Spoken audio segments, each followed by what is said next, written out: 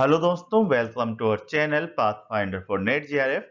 आज का हमारा टॉपिक रहेगा डेविस का भौगोलिक चक्र, जिसके बारे में हम विस्तार से अध्ययन करने का प्रयास करेंगे। दोस्तों, जो भी सिद्धांत या मॉडल हम पढ़ते हैं उसके बारे में हमें एक बात ध्यान रखनी है कि वह उस भूगोलवेत्ता या विद्वान का अपने विचार है जिनका वो हमें प्रस्तुत करता है।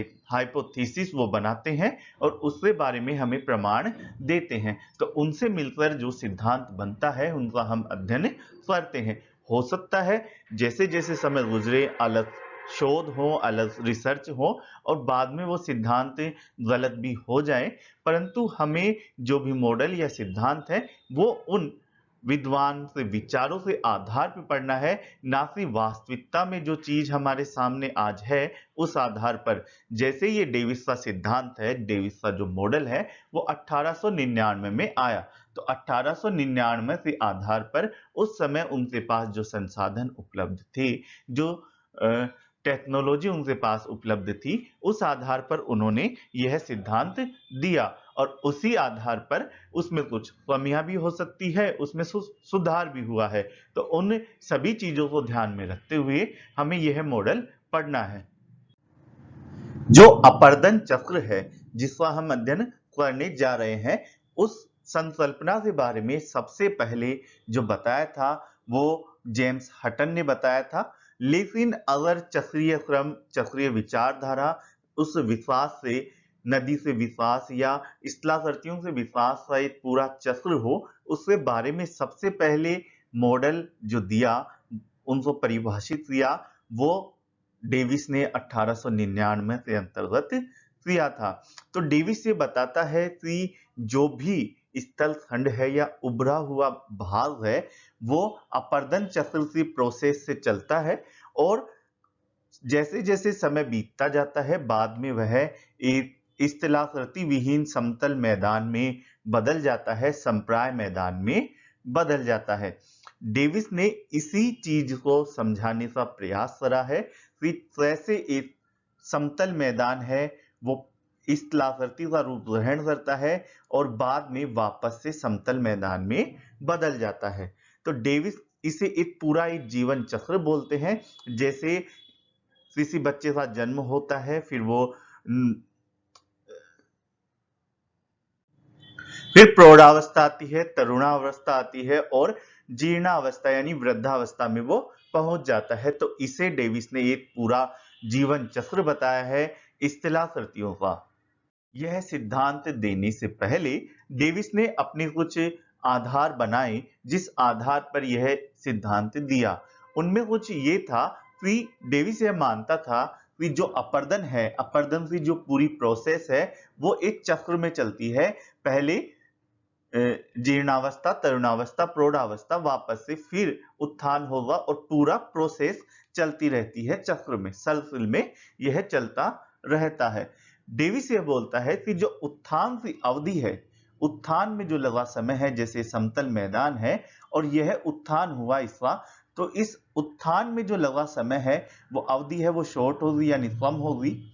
लेकिन इस उत्थान से बाद यह वापस से अपर्दन द्वारा छोटा होगा और वापस समतल मैदान में बदल जाएगा। तो जो अपर्दन की जो अवधि होगी वह लंबी होगी। अपर्दन होगा वो लंबी अवधि में होगा और जो उत्थान होगा वो कम अवधि में होगा। डेविस साथ ही साथ यह मानता था कि उत्थान का जब समापन हो जाएगा, अपर्दन उससे बाद प्रारंभ होगा। यानी जैसे ये समतल समतल आकृति है, समतल मैदान है, यहां पर उत्थान प्रारंभ हो रहा है।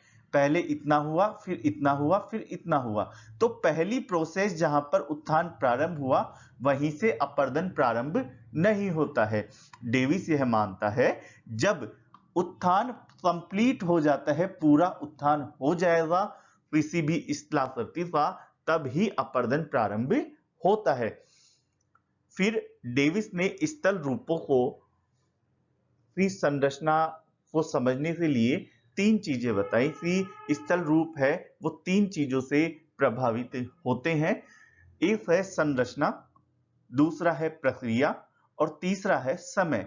इन तीन चीजों से मिलकर कोई भी स्थल रूप है वो प्रभावित होता है या अपना रूप ग्रहण करता है। तो इसे डेविस का 63 कहा जाता है। ये एग्जाम में पूछा जाता है। यानी डेविस का 63 संरचना, प्रक्रिया और समय इन तीनों से मिलकर बनता है। इस प्रकार डेविस ने अपना जो सिद्धांत है वो समझाने का प्रयास किया। आपको इस पैराग्राफ में जितनी भी लाइन है उनसे क्वेश्चन बनते हैं। अपर्दन चक्रिया, जो अपर्दन की जो प्रक्रिया है वो चक्रीय होगी, ये एक क्वेश्चन बनता है। डेविस ने अपर्दन की प्रक्रिया को बताया है। चक्रीय, समानांतर, लंबवत कुछ भी आ सकता है। ये भी असेसमेंट रीजन में क्वेश्चन बनता है कि उत्थान की अवधि है वो छोटी होती है और अपर्दन वाली लंबी होती है। साथ में ये भी पूछा जाता है उत्थान जब समाप्त हो जाएगा तभी अपर्दन प्रारंभ होता है, वरना अपर्दन प्रारंभ नहीं होता है। और ये तो लगभग हर अल्टरनेटिव एग्जाम में पूछा ही जाता है कि जो डेविस का 63 है वो है संरचना, प्रक्रिया और समय। अब हम जानने का प्रयास करते हैं संरचना। संरचना जो भी स्थल रूप होगा वो चट्टानों से बनता है और वो चट्टानें कौन सी प्रकृति में है, उसकी संरचना क्या है, उसी आधार पर उनका अपर्दन होता है। कठोर शेल है, कठोर चट्टानें हैं, हार्ड रॉक है, तो उनका अपर्दन ज्यादा समय लेता है, जबकि सॉफ्ट सेल या सॉफ्ट चट्टानों का अपर्दन शीघ्रता से कम समय में हो जाता है।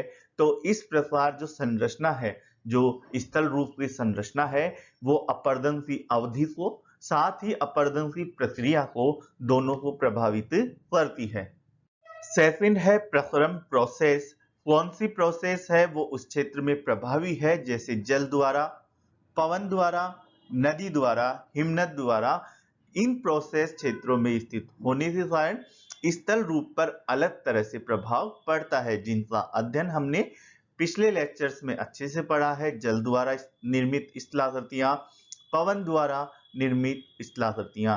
तो जिन क्षेत्रों में जो प्रसरण प्रभावी रहता है उन क्षेत्रों में वैसी ही स्थलाकृतियों का निर्माण होता है। डेविस के अपर्दन चक्र में समय महत्वपूर्ण कारण है। डेविस यह बताते हैं कि उत्थान जब तक समाप्त नहीं होता तब तक अपर्दन प्रारंभ नहीं होता। साथ ही इन दोनों का रिलेशन करते हुए डेविस यह भी बताते हैं कि उत्थान है वो कम समय के लिए होता है और अपर्दन ज्यादा समय के लिए। तो डेविस से जो अपर्दन चक्र है या स्थलाकृतियों से विकास का जो मॉडल है उसमें समय महत्वपूर्ण भूमिका निभाता है। साथ ही जैसे जैसे संरचना और उनका विकास होता है उसमें समय की भूमिका रहती है। समय इनमें महत्वपूर्ण भूमिका निभाता है। निरंतर अपर्दन कार्य होने से उसमें स्थलाकृतियों में प्रभाव या उनके विकास में चेंज आता रहता है। वान एंजिल्स के अनुसार जो अवस्था का आशय है या समय का आशय है किसी भी स्थल खंड से ऊपर प्रक्रमों द्वारा लाए गए परिवर्तन से दौरान हुए विशिष्ट विकास से होता है। यानी कितने समय बाद वो स्थलाकृति किस रूप में परिवर्तित हो गई। जैसे हमने पढ़ा था बर्फान होता है पवन द्वारा निर्मित, फिर जब ऐसा रहता है थोड़े समय बाद वो सर्फ में चेंज हो जाता है। तो इस समय का महत्वपूर्ण प्रभाव डेविस ने बताने का प्रयास किया है। जबकि जो नेक्स्ट मॉडल होगा पैंस वाला, पैंस है वो समय को नहीं मानते हैं। उन्होंने अपने मॉडल में कहीं भी अपने सिद्धांत में समय का उपयोग नहीं किया है। डेविस ने अपना जो अपर्दन चक्र सिद्धांत है वो निम्नलिखित मान्यताओं पर आधारित किया है, जिनमें पहला है कि जो स्थल रूप है वो आंतरिक और बाह्य शक्तियों की पारस्परिक क्रिया का परिणाम होता है।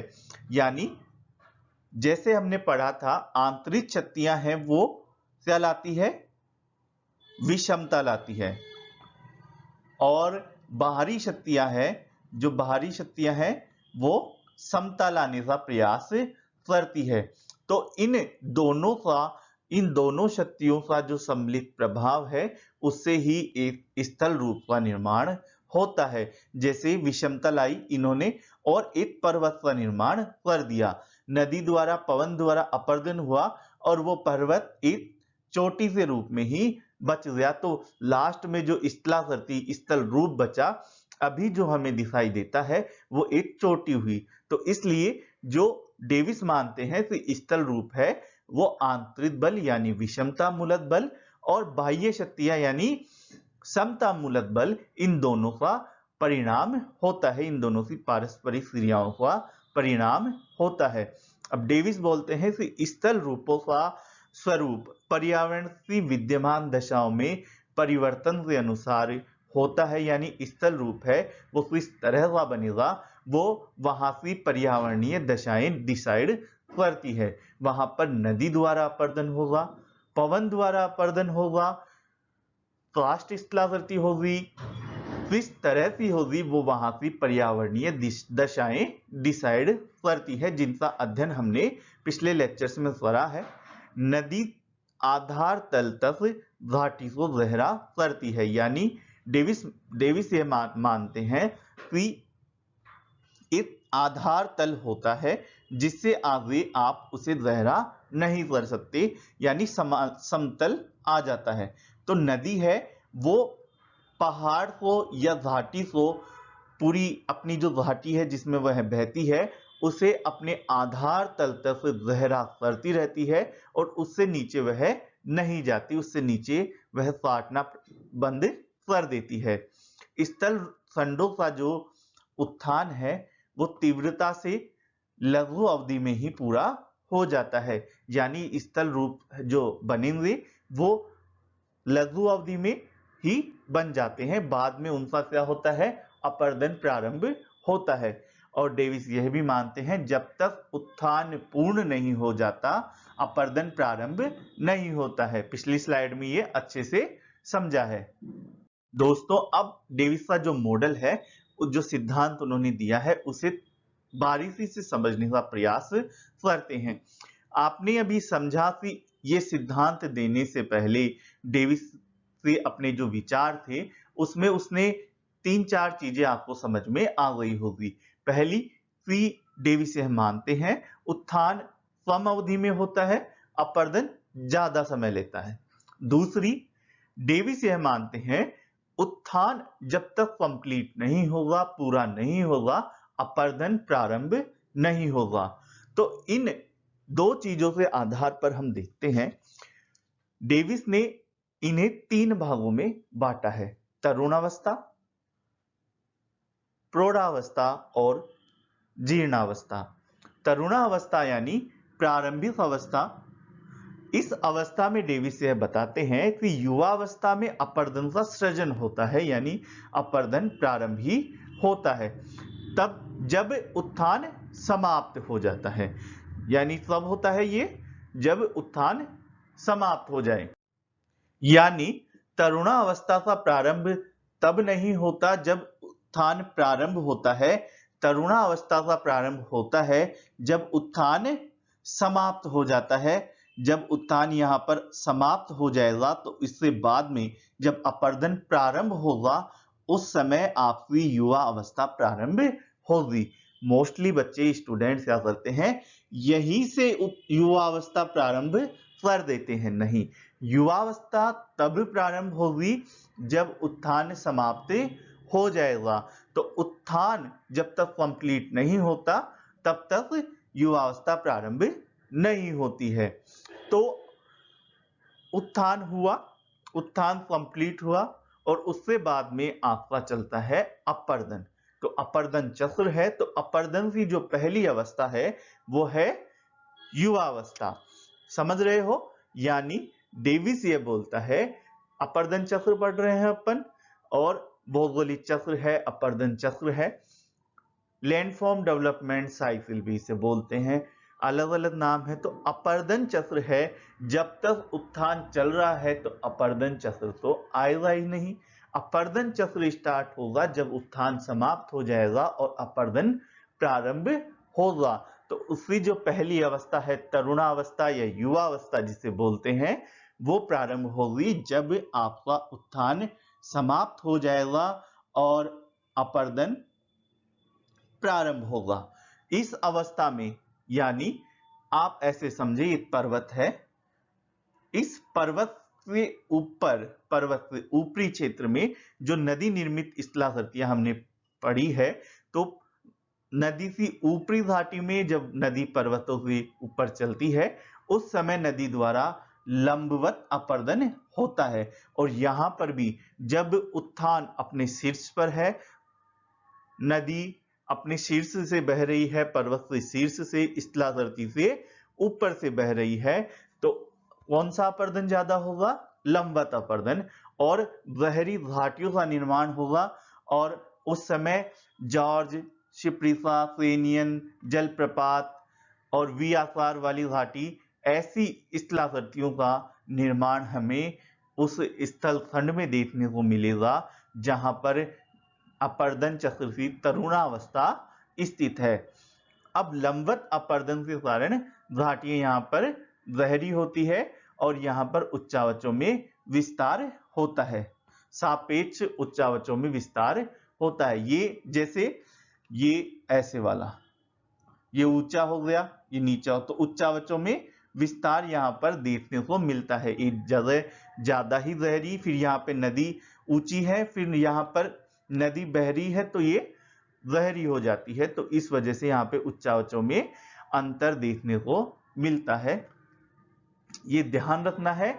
युवावस्था प्रारंभ होगी जब अपर्दन प्रारंभ होगा, यानी उत्थान पूर्ण हो जाएगा तब।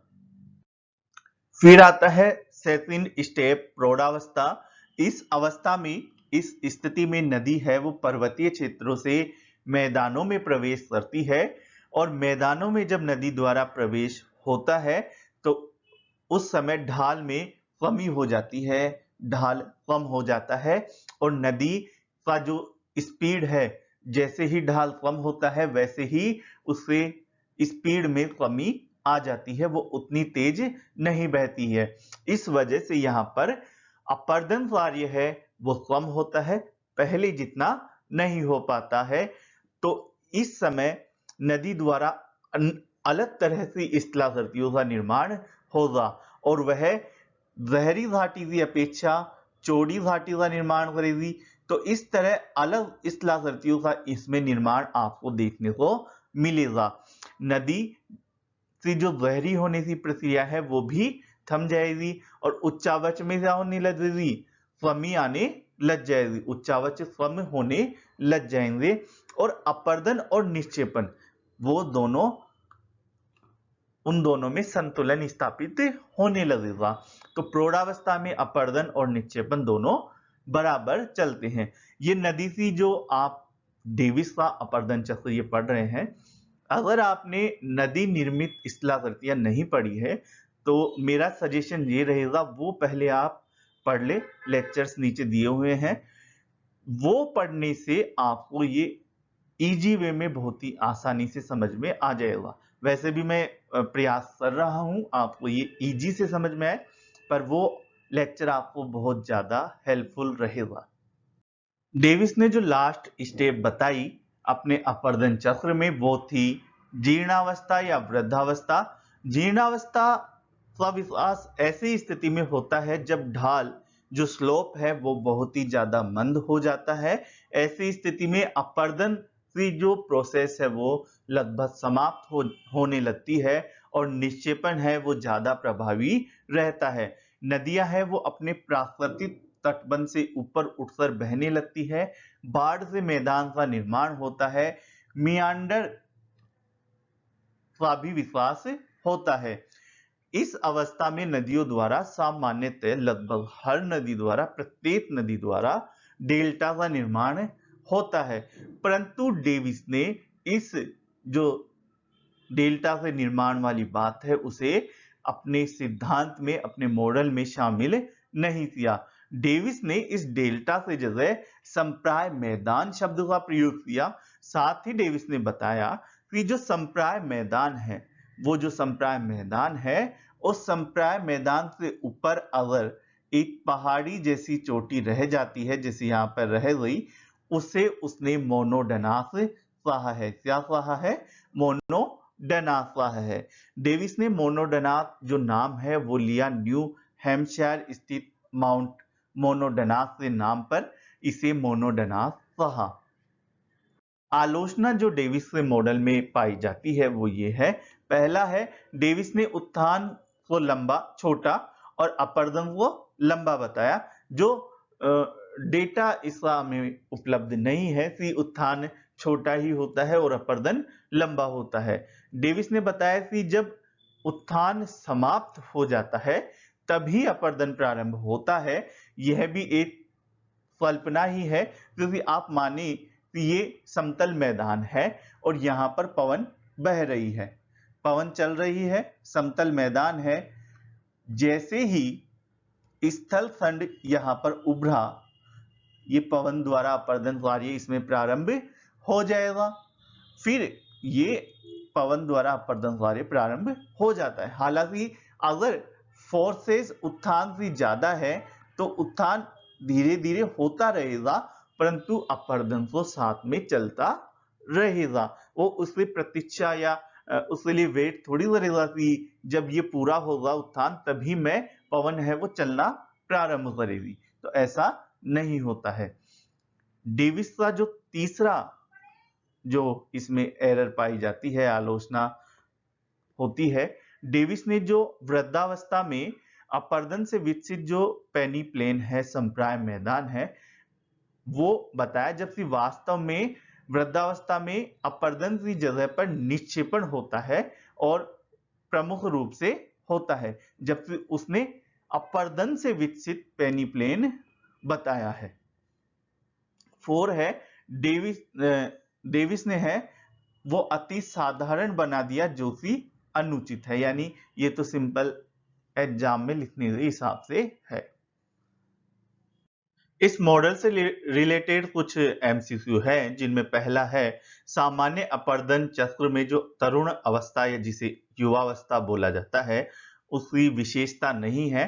फर्स्ट है सिर्फ अपर्दन, सेकंड है घाटी का गहरा होना, थर्ड है घाटी का चौड़ा होना और 4 है जलगति क्रिया। इसमें आएगा थर्ड, घाटी का चौड़ा होना। घाटी का चौड़ा होना वो आता है प्रौढ़ावस्था की विशेषता है, जब ढाल कम हो जाता है तो घाटी द्वारा साइड में अपर्दन, नदी द्वारा घाटी से पार्श्व में अपर्दन चालू हो जाता है, तो उससे ये जो विशेषता है थर्ड वो है प्रौढ़ावस्था की। बाकी जो तीनों विशेषताएं हैं वो युवावस्था की पाई जाती है। सेकंड है, जो कोई स्थल रूप है वो वयस्क अवस्था में पहुंच जाता है, तो उसका आंसर जो होगा जब घाटियों में पार्ट ये वाला टायर यहाँ पे मिसप्रिंट हो गया, पार्ट से कटाव होने लग जाता है, यानी पार्श्व में जब अपर्दन चालू हो जाता है घाटियों से तो वह वयस्क अवस्था में आ जाता है। जलीय अपर्दन चक्र से अंतिम चरण में आकृति का जन्म होता है, तो वह संप्राय मैदान है और संप्राय मैदान की संकल्पना का प्रतिपादन डेविस ने ही किया था। दोस्तों, वीडियो से रिलेटेड पीडीएफ पाने के लिए हमें टेलीग्राम और फेसबुक पर भी ज्वाइन करें। साथ ही चैनल को लाइक, शेयर और सब्सक्राइब करना ना भूलें। ये जो इस वीडियो से रिलेटेड अगर कोई भी डाउट हो तो हमें कमेंट में जरूर बताएं।